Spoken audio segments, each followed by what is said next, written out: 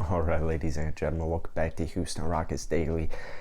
The tank, what's going on, man? We've won 3 out of our last 4 games. We'll talk about that a little later on in the video, but I was actually just looking at some stats, and I thought that I saw something that I thought was just I feel like it just kind of sums up the season. So, to my surprise, the Houston Rockets are actually number 1 in free throws attempted, and they're number 9 in free throws made.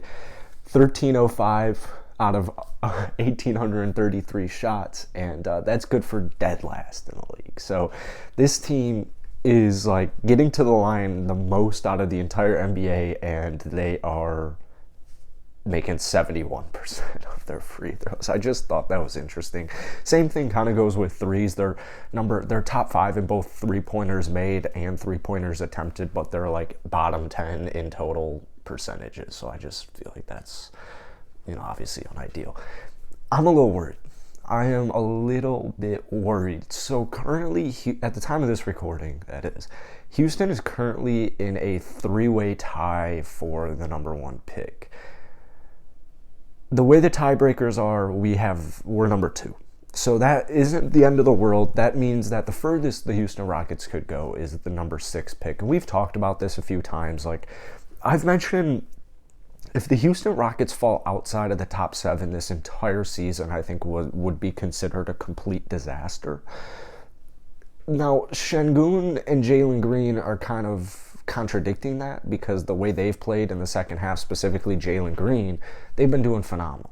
Especially Jalen, he's been balling his ass off. So I don't think, maybe it's that dire or that dramatic anymore, but I'm looking at the Houston Rockets final last, what do we have, 8 games remaining and 7 games remaining, and it's like, damn, this isn't that good. But once again, if Houston falls out of the top 7, I will be so unbelievably pissed off, because the way I see it is, if we fall somewhere between 5 and 7, we have Brooklyn's first round pick, we have young players, we have future first, where maybe, just maybe, we could entice a team like Oklahoma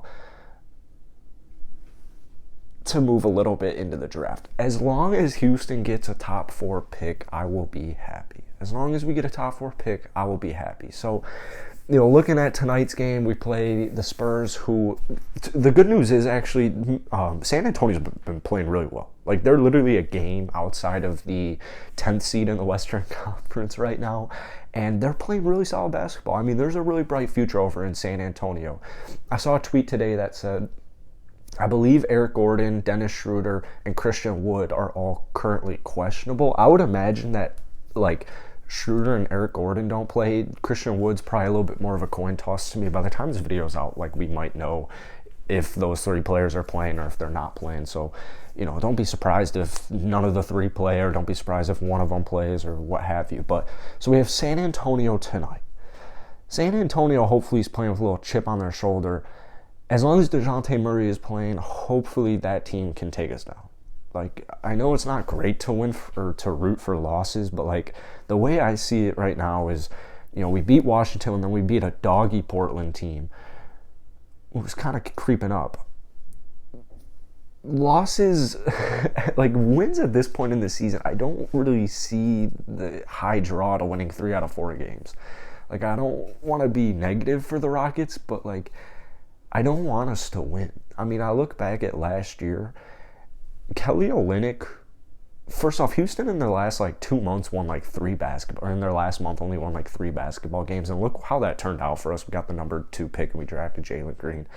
But, pretty much all of those games, it was just Kelly Olynyk going, 20 and 10, or 25 and 12. Kelly Olynyk was balling his ass off so crazy. He was playing so good that we wanted, every single Houston Rocket fan, it felt like, wanted to bring back Kelly Olynyk. I would love to actually have Kelly Olynyk, thinking about it, much better than Daniel Theis, but Houston went in a different direction. So, the star of our season in the last month last year, he's not even on the roster anymore. So what's the point of winning any of these basketball games, in my opinion? I understand you want to develop a winning culture, but, I don't think that's going to happen with Silas. I don't think that's supposed to happen, I don't think you're supposed to go on an 8-game win streak at the end of the season and screw your team out of the draft picks. But, these are all things I guess we can't control. Here's where I get a little worried. we got a 2-game, we got back-to-back, not night to back-to-back, but we got a back-to-back series against the Sacramento Kings. And I think that's going to pose a couple of problems because Sacramento, at some point you got to realize, I don't think Sabonis is coming back this season because why would he? You got to start thinking, are they going to shut down Fox? What's going to go on with Sacramento? Thankfully, this is Wednesday and Friday, so hopefully, no one really gets shut down by them. But Sabonis is out. Trey Lyles has actually been feasting. I wouldn't be surprised if Trey Lyles drops a career high if Christian Wood plays. But the good news is after that you play Minnesota, and then after that you play Brooklyn. So, Houston really, year 20 and 55, I'm talking maximum 3 wins would probably place you in the bottom 5.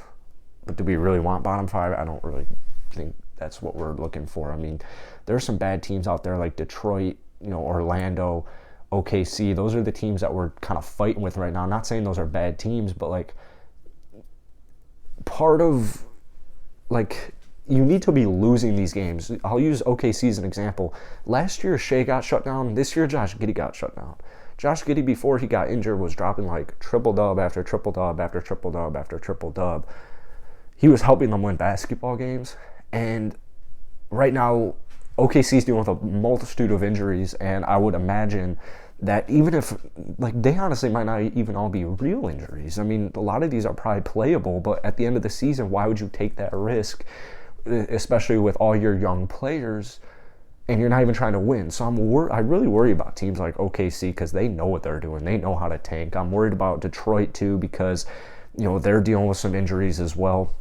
Orlando's been dealing with injuries all season. They're pretty good at tanking, too. So, you have, these 4 bottom league teams that are just kind of suffering, and Houston's kind of playing really good basketball right now. They're keeping their defense in check. They're the worst defense this season, but, last 4 games, their defense has been playing really well. I mean, last 4 games, the highest point total they've given up is 110 to the Dallas Mavericks, and Dallas is a really good basketball team, and 110 is pretty low for Houston this season. So, the good news is we got EG out, hopefully. We got Christian Wood out, hopefully. We got Schroeder out, hopefully. But I don't want to get my hopes up in case, any of those 3 players do end up playing. But at this point in the season, Eric Gordon should be shut down. Dennis Schroeder should be shut down. I can't believe Eric Gordon's actually, getting starts still.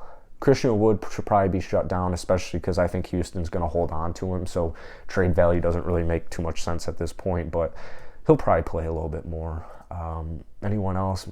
Maybe David Noah, but I highly doubt he'll get shut down. But that's kind of it for a veteran. So that's it for today, man. Drop some comments down below.